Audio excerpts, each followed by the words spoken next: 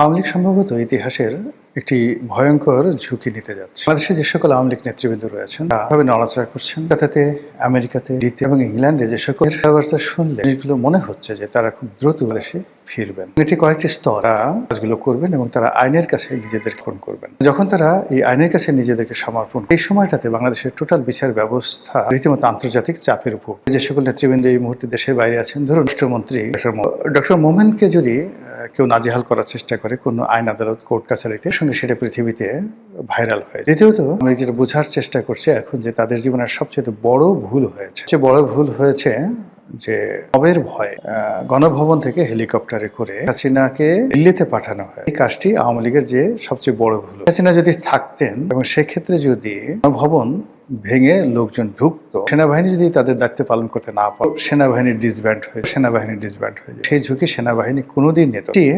শ্রীলঙ্কা একটা উদ্ভূত পরিস্থিতি বাংলাদেশের মধ্যে ঘটছে।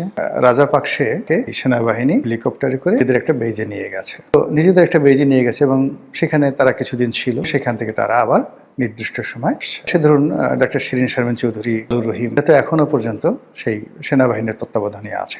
তো শেখ হাসিনা থাকতে শব্দ করতে পারত। আর শেখ হাসিনাকে যদি আইন শৃঙ্খলা রক্ষাকারী বাহিনীর কাছে হস্তান্তর করতে হতো, তার সম্মান মর্যাদা রক্ষা করেই তাকে করতে হতো। আদারওয়াইজ বাংলাদেশের যে রাষ্ট্রীয় বিধি ব্যবস্থা এটি মুখোমুখি পড়তো এবং ভারত সরাসরি হস্তক্ষেপ করার মতো ঝুঁকি নিত যদি হাসিনার উপর। ফলে পুরো পরিস্থিতিতে সেনাবাহিনীর যে সকল কর্তাদের কথা, উপদেষ্টাদের কথা শুনে শেখ হাসিনা হেলিকপ্টারে, আর সেই হেলিকপ্টার নিয়ে আবার সামরিক বিমানে করে যেভাবে সে দিল্লিতে চলে গেছে, জিনিসটি এখন বুঝতে পারছে তাদের একটা রাজনীতির আন্ডার। ঠিক একই ঘটনা কিন্তু ১/১১-র সময় ঘটেছিল। ১/১১-তে শেখ হাসিনা স্ট্রং ছিলেন, মানসিক বিদেশে পাঠানোর প্রাণান্ত চেষ্টা করা হয়েছিল, তিনি যাননি। পরে তিনি যখন বিদেশে গেলেন, দেশ থেকে না আসেন, চেষ্টা করা হয়েছিল, তিনি সর্বশক্তি নিয়োগ করে ইংল্যান্ড থেকে তিনি বাংলাদেশে ফিরে এসেছিলেন। ফলে আসার পর তিনি জেলায় গেছেন, সবকিছু হয়েছেন, কিন্তু ক্ষমতায় ফিরে পেয়েছেন। একইভাবে জিয়াকে কিন্তু জেনারেল আহমেদের জমানাতে ব্রিগেডের বাড়িকে দায়িত্ব দেওয়া হয়েছিল তাকে বিদেশে পাঠানোর জন্য, এবং তিনি শতভাগ রাজি হয়ে গেছিলেন। কাপড় চোপড় রেডি করে নিয়ে যাবেন, তাকে ক্যান্টনমেন্টের মনিউল হোসেন রোডের বাসভবন থেকে তারপরে শেষে বিমানবন্দরে পৌঁছে দেবেন ব্রিগেডিয়ার বাড়ি। এই কথাগুলো আমার বলা না, ব্রিগেডিয়ার বাড়ির টেলিভিশন টক শোতে তিনি এই কথাগুলো বলেছেন প্রকাশ্যে। বেগম জিয়া যাবেন ঠিক এই সময়টাতে পাগলা মেজর আছেন একটা, মেজর আক্তার, বিএনপি থেকে বহিষ্কৃত, জামাতে গেছে। আজকে বিএনপি যে ক্ষমতা, কিন্তু সেই মেজর আক্তারের মানে সময় হয় কি, আমরা সবসময় তেলবাজ দেখে পছন্দ, যে হুজুর হুজুর করে তাকে খুব পছন্দ, কিন্তু আমার সঙ্গে যে বেয়াদবি করে কখনো কখনো তার কারণে যে আমার জীবন বাঁচে। আজকে তারেক রহমান সাহেব ক্ষমতায়, প্রধানমন্ত্রী, যদি সেই দিন মেজর আক্তার এই ভূমিকাটা না নিতে, তাহলে তারেক রহমান সাহেবের আসা হতো না, আর জিয়ারও বাংলাদেশে আসা হতো। জীবন তাদেরকে লন্ডন আমেরিকায় থাকা কথা মানে মেজর আক্তার বলেনি, মানে আক্তার সাহেব আমাকে বলেছে। বাট আমি যখন এটা ব্রিগেডিয়ার বাড়ির মুখ থেকে শুনছি, যে টেলিভিশন তিনি বলেছেন যে রওনা করলাম জিয়া কাপড় চোপড় করা, সে তারেক রহমান সাহেব এই ঘটনা জানেন। মেজর আক্তার ঢুকেছেন সেখানে হন্তদন্ত, ঢুকে তিনি এই অবস্থা দেখে তিনি অবাক হয়ে গেছেন। তিনি ম্যাডামকে বললেন যে ম্যাডাম, শুরু করছেন আপনি যদি চলে যান রাজনীতি থেকে বাংলাদেশে আসতে পারবেন, বিএনপি থাকবে, বিএনপির কোনো লোক আর জীবনে কখনো অর্গানাইজ হতে থাকবে, আপনি যেতে পারবেন না, মরে গেলেও যেতে পারবেন, আমার লাশের উপর দিয়ে যেতে। ডায়ালগ, আমার লাশের উপর দিয়ে যেতে। একটা ভালো গুণ ছিল কি জানেন, বেগম জিয়া যে আক্তারদের মতো লোকদেরকে শুনতেন, ললির মতো লোকদেরকে, যারা বিএনপির এখন যারা নেতৃত্ব তাদের দৃষ্টিতে বেয়াদবিতজ্ঞ, কর্নেল অলির সাথে বেগম জিয়ার সবচেয়ে বিশ্বস্ত সম্পর্ক ছিল। সাইফুর রহমানের সাথে বেগম জিয়ার সেই সম্পর্ক ছিল। তিনি এই কথাগুলো শুনতেন। শোনার ফলে কি হলো, যাকে বলা হয় জিয়া থেকে গেলেন, ইতিহাস রচিত হলো, 1/11 হলো, এবং ওই যে তিনি 1/11-এর সময় যে টিকে গেলেন, এরপর তাকে আবার বিদেশে পাঠানোর জন্য শেখ হাসিনা কত চেষ্টা করেছে। যদি বিদেশে যেতেন তাকে জেলে, বিদেশে যান, জেলে গেছেন, জেল থেকেও তাকে আবার বিদেশে পাঠানোর জন্য প্রস্তাব দেওয়া হয়েছিল, তাও জানি। জিয়ার জেল থাকা কি তার মৃত্যু, তার যে বিয়োগাত্মক মৃত্যু, এই মৃত্যুই আজ তারেক রহমান সাহেবকে ক্ষমতায় বসিয়েছে।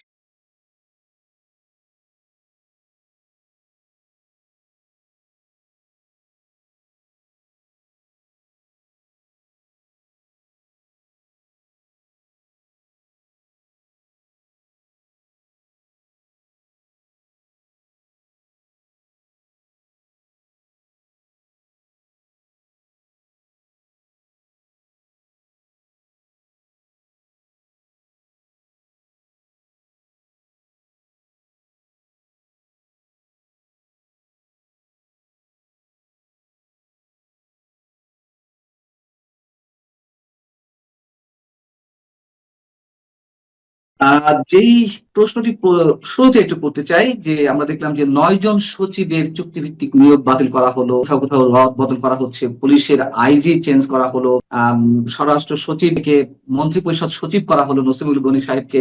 আমরা জানি যে প্রশাসনের বেশ কিছু জায়গা দখল করে নিয়েছে জামাত। এই 18 মাসে তারা তাদের পছন্দ মতন আমলাদের নিয়োগ দিয়েছে, সচিবদের নিয়োগ দিয়েছে, প্রশাসনের বিভিন্ন পর্যায়ে শীর্ষ কর্মকর্তাদের নিয়োগ দিয়েছে, রদ বদল করেছে। আপনার কি মনে হয় যে এই রাহু থেকে সহজেই বিএনপি মুক্ত হতে পারবে? সরকার গঠনের পরে পরিবর্তনগুলো হবে, এটা তো খুব স্বাভাবিক। কেন এই পরিবর্তনগুলো হওয়াটাই স্বাভাবিক ভাবে দেখতে হবে। কারণটা হচ্ছে যে প্রথমত আসি আমরা চুক্তিভিত্তিক নিয়োগের বিষয়। চুক্তিভিত্তিক নিয়োগ তো এক ধরনের চাকরি, যেটা চুক্তিভিত্তিক নিয়োগের ব্যাপারে যারা নিয়মিত সরকারি চাকরি করেন, সেটা যে সেক্টরে প্রশাসন বলেন, পুলিশ বলেন, অন্য কোনো সেক্টরও যদি হয়, এখানে কিন্তু এর প্রচন্ড বিরোধিতা আছে। কারণ চুক্তিভিত্তিক চাকরিতে নিয়োগ করা হলে যখন চুক্তিভিত্তিক নিয়োগ হয় তখন 5টা পর্যায়ে আপনার পদোন্নতি বঞ্চিত হয়ে যায় মানুষ, বা তাদের পদোন্নতিটা দেওয়া যায়, পদগুলো খালি হয় না। সেই কারণে কিন্তু এক সরকারের সময় যারা চুক্তিভিত্তিক নিয়োগ থাকেন, পরবর্তী সরকারের সময় তাদের চুক্তিভিত্তিক নিয়োগে থাকার কন্টিনিউ করার খুব একটা কারণ নেই। এবং যেটা নানান দেশে হয়ে থাকে যে আপনি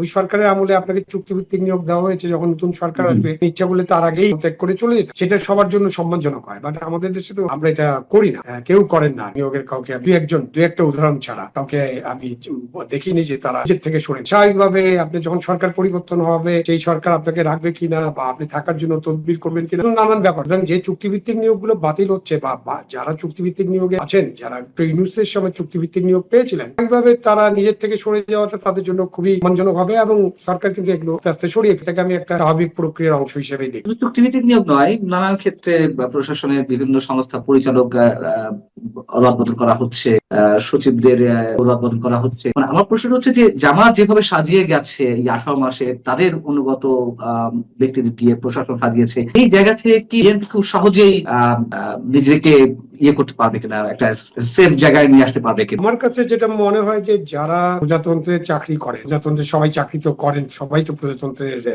না, তাদের নিজেদেরকে তো প্রজাতন্ত্রের কর্মচারী মনে করেন না। কেউ কেউ দল করেন, দলবাজ কর্মকর্তা আছে, দলের আদর্শের প্রতি অনুগত কর্মকর্তা আছেন, বাট এটার সংখ্যা কিন্তু খুব কম। ওইভাবে যদি দেখেন, ওই ছাত্র রাজনীতির মতো বা দেশের রাজনীতির মতো 2-3-5% মানুষ এই ধরনের একেবারে সরাসরি রাজনৈতিক অঙ্গনের সাথে জড়িত বা রাজনৈতিক নেতাদের সাথে যাদের ধরম মহরম আছে, এরকমটা আছে।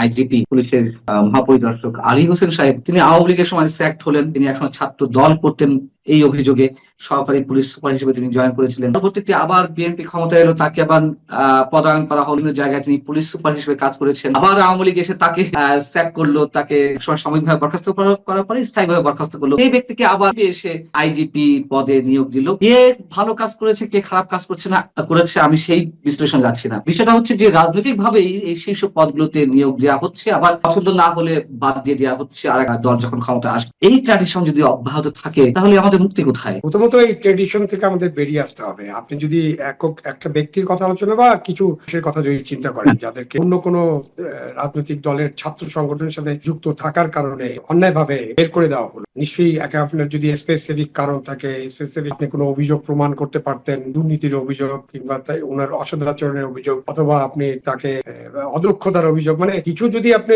জেনুইন কোনো কারণ ছাড়া যদি কাউকে এরকম বের করে দেন, স্বাভাবিকভাবে তার কিন্তু ন্যায় বিচার পাওয়ার অধিকার আছে।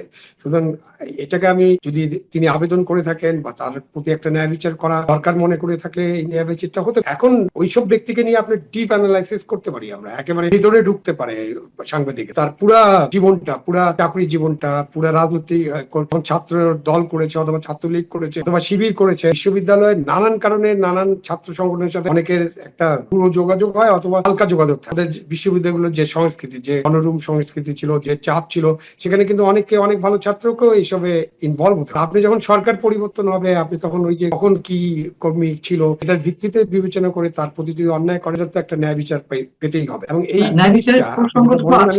আমি আপনার সাথে একদম একমত যে এই কারণে কাউকে বের করে দেওয়া, কাউকে গ্রহণ করা, এইটার রীতিটাকে পরিবর্তন করতে হবে। আমি বুঝতে পারি যে যখন আমি ওএসডি হই অথবা আমি 12 বছর ওএসডি থাকি, তখন আমি নিশ্চয়ই বুঝি যে আমার কি ধরনের ট্রমা, ফ্যামিলির উপরে, আমার বাচ্চাদের উপরে, আমার বন্ধু বান্ধবের উপরে এবং আমার নিজের উপরে কি ধরনের ট্রমা। আমাদেরকে যারা আমরা অন্যান্য কারণ ছাড়া, অন্যান্য কোনো অন্যায়, দুর্নীতি বা অদক্ষতা বা অসদাচরণ এসব না করে যারা চাকরি করছি, তাদের উপরে যখন অন্যায়টা করা হয়, তখন কিন্তু এই জিনিসগুলো অনেক বড় করে দেয় এবং এখান থেকে বেরিয়ে আসতে হবে। আমি মনে করি এখান থেকে সরকারকে বেরিয়ে আসে। আমি চাইবো যে বর্তমান সরকার, যারা সরকার গঠন করে, তারা এই কারণে কাউকে, তাদের কাছে ক্ষমতা আছে, 25 বছর হলে আপনি বাড়ি পাঠিয়ে দিতে পারেন, কিন্তু করবেন না। এটি তো একটি বিষয়, ন্যায় অন্যায় প্রশ্নে ন্যায় বিচার পাওয়ার ক্ষেত্রে যে কথাগুলো বললেন, কিন্তু প্রজাতন্ত্রের কর্মচারী হিসেবে বা কর্মকর্তা হিসেবে আপনারা যারা কাজ করছেন, যাদেরকে এইভাবে দলীয় বিবেচনায় বা সামান্য অজুহাতে এইভাবে অব্যাহতি দেওয়া হচ্ছে চাকরি থেকে বা সাময়িক বরখাস্ত করা হচ্ছে, যেভাবেই হোক না, আপনারা তো কাজ করতে পারেননি, অথবা এখন যারা রয়েছেন প্রশাসনের বিভিন্ন পর্যায়ে, যদি রাজনৈতিক সরকারগুলো এই ধরনের বিভিন্ন চাপের মুখে রাখে, তাহলে কাজ করবেন কিভাবে নিশ্চিন্তে? স্বাধীনভাবে তো কাজ করার কোনো পরিস্থিতি থাকে না, এবং যার কারণে তো রাষ্ট্র নানানভাবে ক্ষতির সম্মুখীন। অবশ্যই অবশ্যই কাজ করতে না দিলে আপনি তাকে বেতন দিচ্ছেন, বেতন ভাতা দিচ্ছেন, নানান সুযোগ সুবিধা দিচ্ছেন, তো তাকে জনগণের ট্যাক্সের টাকায় তো আপনি দিচ্ছেন, তো সুতরাং তার কাছে তো সেই সার্ভিসটা পেতে হবে। রাজনৈতিক বিবেচনায় এসব করা হলে জনগণ সার্ভিস থেকে বঞ্চিত হয়, রাষ্ট্র বঞ্চিত হয়, শেষ পর্যন্ত দেশ ক্ষতিগ্রস্ত। এই জন্য যেটা একদম বটম লাইন যেটা হওয়া উচিত, এই রাজনৈতিক বিবেচনায়, দলীয় বিবেচনায় কারো প্রতি কোনো অন্যায় যদি এটা না করেন, তাহলে ওই যে ভবিষ্যতে আপনি যেটা বললেন, ভবিষ্যতে আর কাউকে ফিরিয়ে আনার দরকার হবে। আমি 5 বছর বা আগামী 3 বছর যতদিন সরকার আছে, ততদিন এই কাজটা যদি আমরা কন্টিনিউ করতে পারি, যে আপনি কাউকে অন্যায়ভাবে করে দিবেন না রাজনৈতিক বিবেচনায়, তাহলে কিন্তু আর ফিরিয়ে আনার প্রশ্ন